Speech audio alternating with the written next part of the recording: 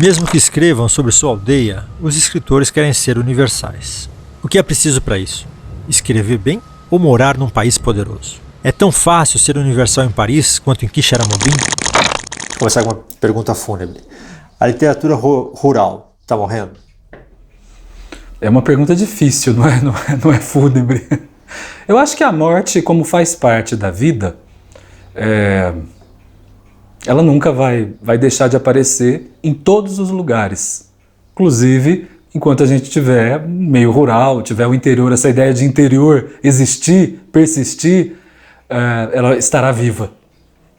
O Brasil já nasceu dividido entre litoral e interior? Aí teve Tratado de Tordesilhas, Bula Intercetera e tal. Quer dizer, o tamanho do Brasil forçou as capitanias. Você acha que o Brasil é dividido mesmo entre interior e cidade grande? Eu penso que sim. Essa ideia de divisão, como você bem colocou, ela afunda o Brasil. Aliás, o Brasil, a princípio, você citou a Bula Intercetera, né? Eram 100 léguas. Os portugueses, quer dizer, eles já sabiam que tinha algo além. Então, essa necessidade de ir além, ou seja, estabelecer uma fronteira que de fato funda o país e que a gente vá além, é a matriz do Brasil.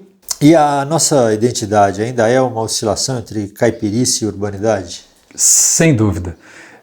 Essa ideia de oscilação, ela perspassa todas as grandes questões culturais brasileiras.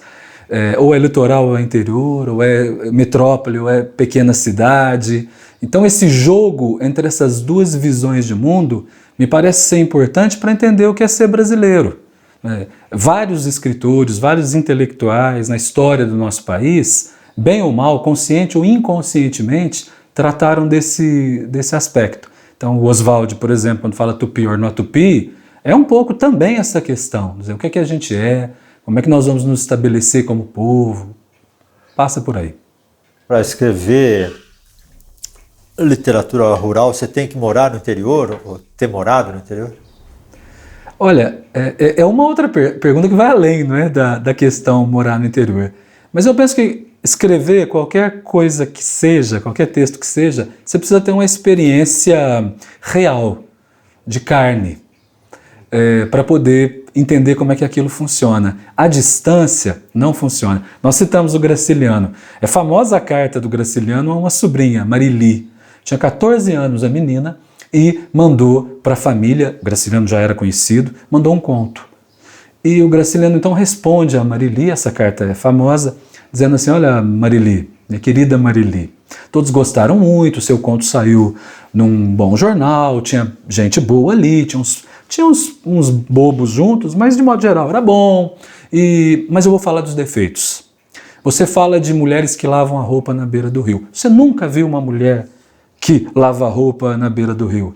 De modo que fica falso. E ele diz exatamente isso, literatura é sangue, é carne. Tanto é que literatura você não tem esses gêniozinhos mirins como tem a música.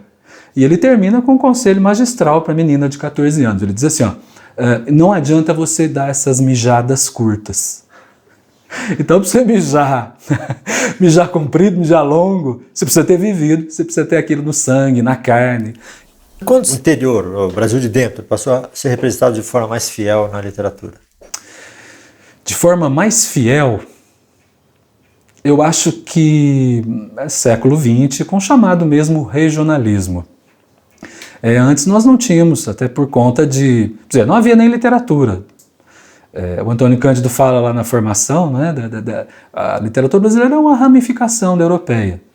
Enquanto ela não teve consciência de que era um ramo, e isso vem antes com os escritores, com Machado, depois com alguns pré-modernistas que começaram a prestar atenção a isso, mas o modernismo mesmo é que vai se preocupar com essa questão, porque é o modernismo que se preocupa com a questão da formação, quer dizer, tentar olhar o nosso rosto, descobrir a nossa face, e ao pensar no nosso rosto, eles disseram, bom, tem uma nuca também, né? Tem costas, as pessoas têm costas, e vão olhar para o interior do Brasil de uma maneira realista, quase científica. Mário de Andrade fazia pesquisas, né? Ele levava gravador, no sentido de tentar descobrir, enxergar.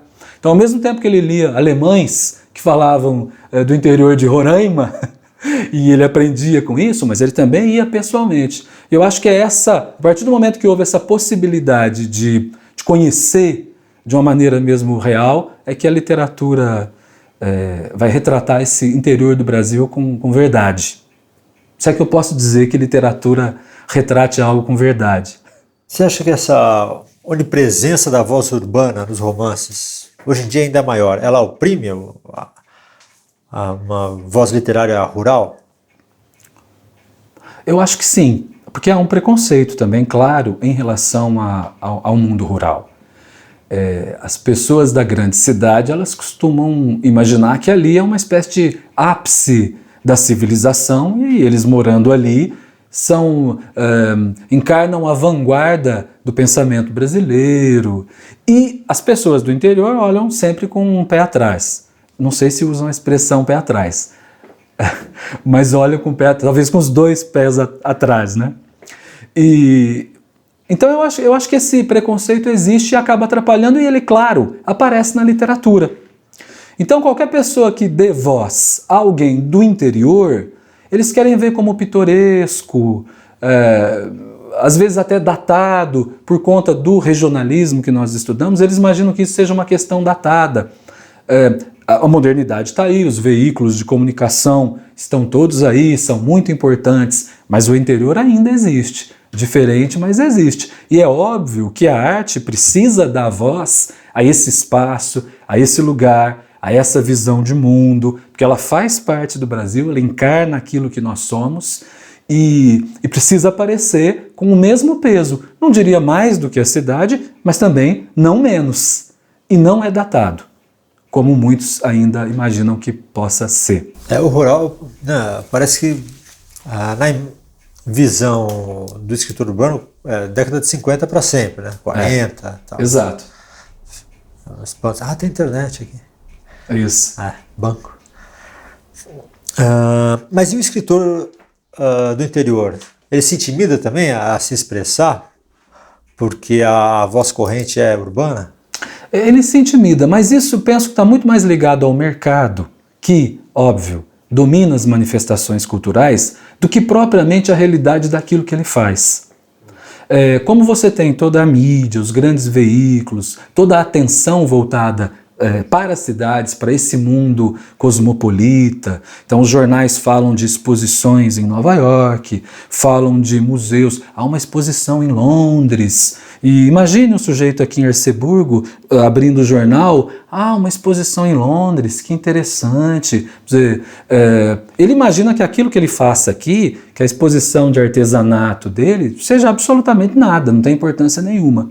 Mas às vezes acontece o contrário, ele acha que aquilo é o mais importante do mundo, o que acaba tendo até uma certa graça. Eu acho que o rural sumiu até como microcosmo, né?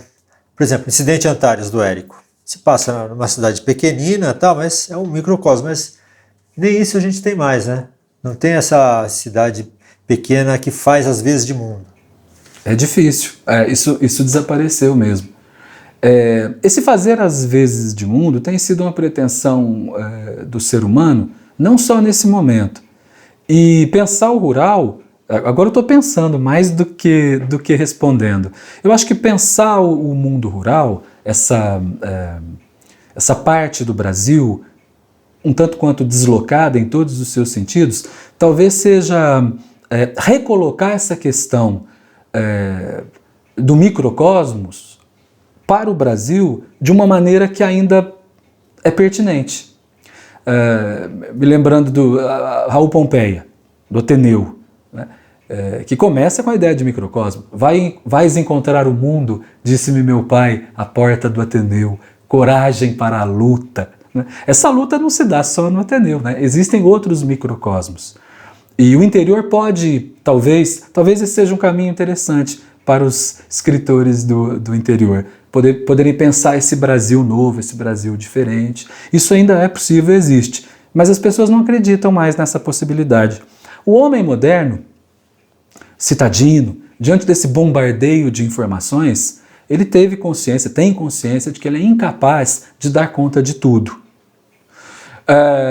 Essa incapacidade, eu acho que pode ser exercida com um olhar diferenciado por aquele que tratar dos mundos rurais. Agora eu vou usar até no plural, das diversas divisões que existem, dos diversos pequenos locais dentro disso que a gente chama de Brasil. Talvez um conjunto desses olhares rurais, dessas ruralidades esfaceladas, possa falar um pouco melhor do que seria a nossa proposta de modernidade como país, como sociedade, como civilização, enfim.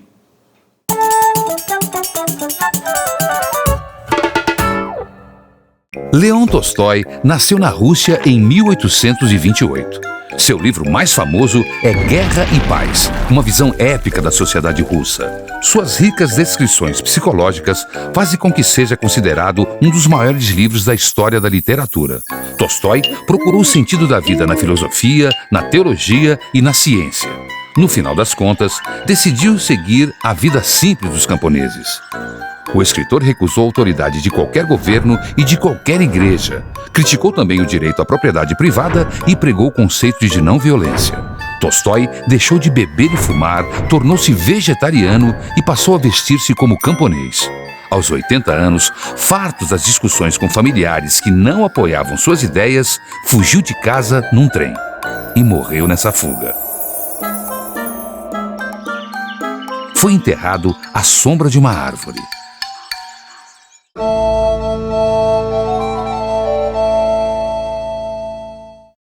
A figura do menino da roça, o menino do interior, é bastante recorrente na literatura infantil brasileira. E nessa produção, um livro que se destaca é Indês, do mineiro Bartolomeu Campos de Queiroz. É uma obra em que a gente poderia se perguntar se é feita para crianças ou é uma obra sobre infância. O Bartolomeu dizia que ele não escrevia para crianças especificamente, mas ele escrevia pela criança. E é uma obra que, sem dúvida, o adulto vai se conectar fortemente e que a criança pode visitá-la na infância e depois na fase adulta, tendo uma segunda leitura. O livro traz a história de Antônio, que é um menino que nasceu fora do tempo, fora do calendário, que veio ao mundo muito frágil e teve que romper as doenças do mundo rural. É uma história que coloca muito a relação do menino e a natureza. A prosa poética é uma marca registrada do Bartolomeu. E nesse livro ele constrói bonitas metáforas do menino no seu quintal, construindo os brinquedos, a relação dele com a mãe, né? Esse amor silencioso, e é um menino que cresce manso.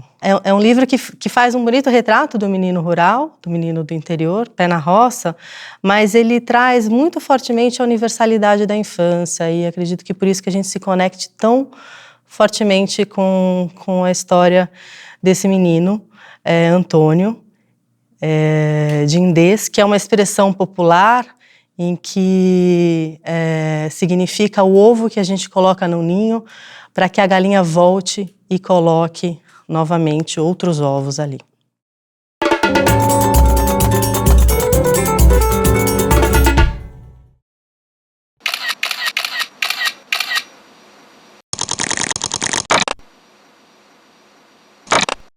Eu escrevo aqui numa biblioteca que eu fiz no fundo da minha casa, fora da casa, para ninguém me atrapalhar. Aqui então eu consigo mergulhar na cabeça das personagens até desaparecer, né? O que eu imagino ser o sonho de todo escritor, desaparecer na própria personagem. Normalmente eu acordo, tomo um bom café, e café mesmo, gosto bastante de café, aí eu me sinto apto para começar a escrever. De modo geral, eu retomo o que eu fiz no dia anterior, releio, procuro entrar no espírito, naquele espírito do texto, e aí escrevo mais uma página, no máximo 2. Releio bastante e paro. Vou fazer outras coisas. Só que esse processo todo vai a manhã toda. Eu acho que eu não saberia responder a princípio, mas a gente pode tentar, que é um pouco o próprio processo da escrita, né? A gente tenta. Eu acho que eu não vou falar por mim, não, vou falar pelo ser humano. Por que nós escrevemos? Porque nós inventamos a cultura, inventamos a palavra, usamos o aparelho digestivo, o aparelho respiratório, e depois dessa invenção toda, a gente tinha que fazer alguma coisa com isso. E fixar as histórias, a vida, aquilo que a gente imagina que seja importante. Então eu acho que eu escrevo por isso, para tentar fixar aquilo que é importante para mim, o que eu penso que seja importante para as outras pessoas e talvez o mais difícil, fixar também o que não é importante para ninguém. Isso é o mais difícil.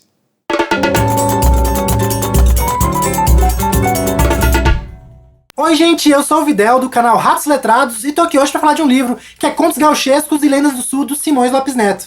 Na verdade, o título e o subtítulo são duas obras diferentes que estão aqui reunidas em um volume único. Contos Gauchescos é uma reunião de 19 contos, cujo tema principal é o próprio povo gaúcho. Esses contos foram reunidos e publicados em 1912, ou seja, já tem mais de 100 anos que eles foram compilados. E o Simões Lopes Neto tomou esse cuidado de manter viva a cultura gaúcha, de transportar o conto oral para o conto escrito. E um dos personagens principais desses contos é o Blau Nunes, que é um personagem que foi criado aí com as principais características do povo gaúcho, que é a coragem, a bravura, a honra. Vários personagens aqui descritos nos contos também têm essas características, que é um povo de sangue quente, que não foge de uma briga, que mistura um pouco de coragem com orgulho, ao mesmo tempo que é um povo que tem muita honra, carrega muita lealdade com a família e com os amigos. Essas características me lembram bastante o cavaleiro medieval, né? Aquele cavaleiro andante que carrega a honra e sai vivendo aventuras. E o modo de vida rural é muito bem retratado aqui, tanto na temática como no linguajar. O cavalo como montaria e a lida com o gado acaba tão enraizado no povo gaúcho que acaba refletindo no modo como eles falam, em termos, e também nos temas aqui presentes. E em alguns momentos isso acaba dificultando um pouco a leitura. Por isso eu recomendo, se você for atrás de ler o livro, procure uma edição que tenha notas de rodapé, porque eventualmente você vai acabar tropeçando em alguma palavra que você não conhece por causa do regionalismo. Vale lembrar também que o livro foi publicado há mais de 100 anos atrás e que o Rio Grande do Sul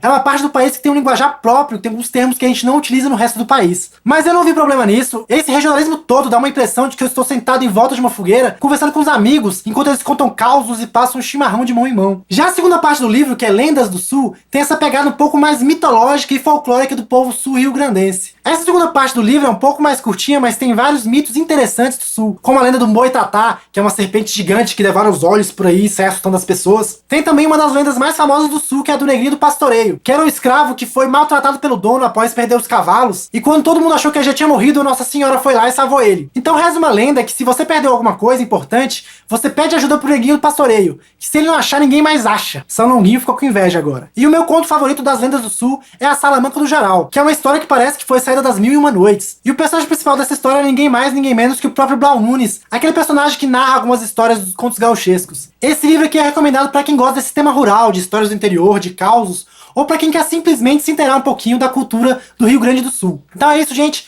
Forte abraço, espero que tenham gostado da recomendação.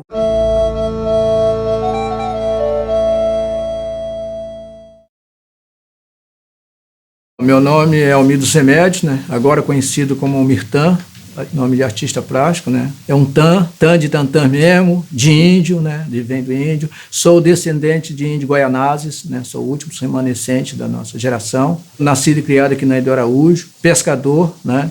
Sou artista plástico, sou artesão, sou cantor, escritor. A gente está a 45 minutos de barco de Paraty, ao norte de Paraty, sentido Rio, ou a 10 quilômetros pela BR. Eu não tive a oportunidade de estudar. E aí eu fui fazer uma faxina na casa de um amigo lá, dar uma força para ele ajudar um negócio lá, e aí tinha uns 10 livros que ele ia jogar fora. Eu botei na minha casa, fiz uma partilheirinha lá e tal, e aí como a gente tem uma frequência de visitação de turismo, a gente sempre trabalhou com bar, com turista, de receber turista, de servir almoço, essa coisa, e o pessoal, pô, você recebe livro e tal, aí começou a doar, e aí foi uma churrada de livro na minha casa, o espaço que você viu é pequeno. Aí eu tive que recuperar essa casa aqui. A gente inaugurou aqui em abril de 2009 com 1.019 exemplares. E hoje, assim, a gente já chegou a ter quase 3.500, né? A gente tinha essa parede toda, tinha um grande espaço. Aí deu cupim, a gente teve uma infestação grande de cupim, eu perdi quase 50% do que eu tinha de material. Fui obrigado a queimar, desfazer, lançar um ar. Cada comunidade afastada do centro urbano devia ter a mesma iniciativa que o Almir teve aqui na ilha, porque isso vai ampliar o horizonte, isso vai dar espaço e aumentar a possibilidade desse morador, desse caiçara, né, dessa pessoa que de repente cidadão que tem esse direito à leitura, que muitas vezes não tem o acesso, porque livro no Brasil é caro. Por exemplo, tem uma matéria, vamos fazer sobre quem? São Machado de Assis, vem aqui, tem um livro, né? A Flip, Luiz Fernando Veríssimo, entendeu? Aí, porra, onde tem um livro do Luiz Fernando Veríssimo, entendeu? Tem aquela procura, aquela demanda. Com certeza, uma biblioteca numa comunidade faz muita diferença. Ela hoje se encaixou na vida, na sustentabilidade da comunidade, a biblioteca. Nesses 15 anos, você manter... É um projeto que você está vivendo, cara, sabe? Eu acho assim, ela já chegou dizendo assim, ó, vim para ficar. Vivi muita coisa e acho que assim, já consegui muitas batalhas, primeiro de ser semi-analfabeto, né, de não ter oportunidade de estudar. Eu acho que a leitura ainda é um fator importante. Eu com 57 anos, na minha família ninguém chegou aos 60. São várias gerações da família que morreram aos 58. Quer dizer, eu tenho data de validade, né? Então, é uma preocupação de você manter, de ter uma coisa, de ter um legado, né?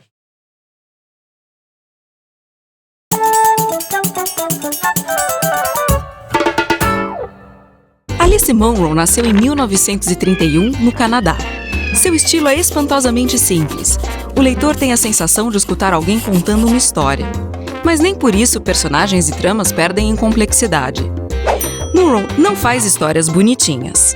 O amor pode ser sufocante e a felicidade um tédio infernal. Por exemplo, no livro O Amor de uma Boa Mulher, temos uma mãe que detesta seu bebê, um casal aparentemente apaixonado que perde o interesse sexual e uma mulher de meia-idade que se assusta com seus peitos caídos.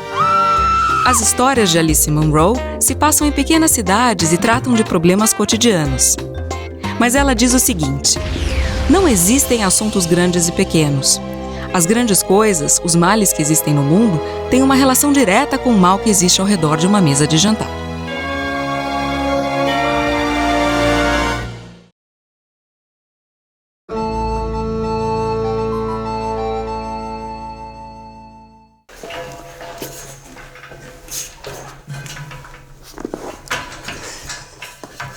A minha dica literária é Infância, de Graciliano Ramos. É um livro que precisa ser resgatado e eu indico por um motivo muito simples. Há um episódio interessante em que ele pergunta à mãe a respeito do inferno. Insiste, acaba levando uma surra enorme. Esse episódio ele vai aproveitar depois em Vidas Secas. Isso mostra um pouco o trabalho do escritor. A gente precisa trazer para a literatura vida. O livro precisa respirar, precisa ter carne. É a minha indicação, Infância, Graciliano Ramos.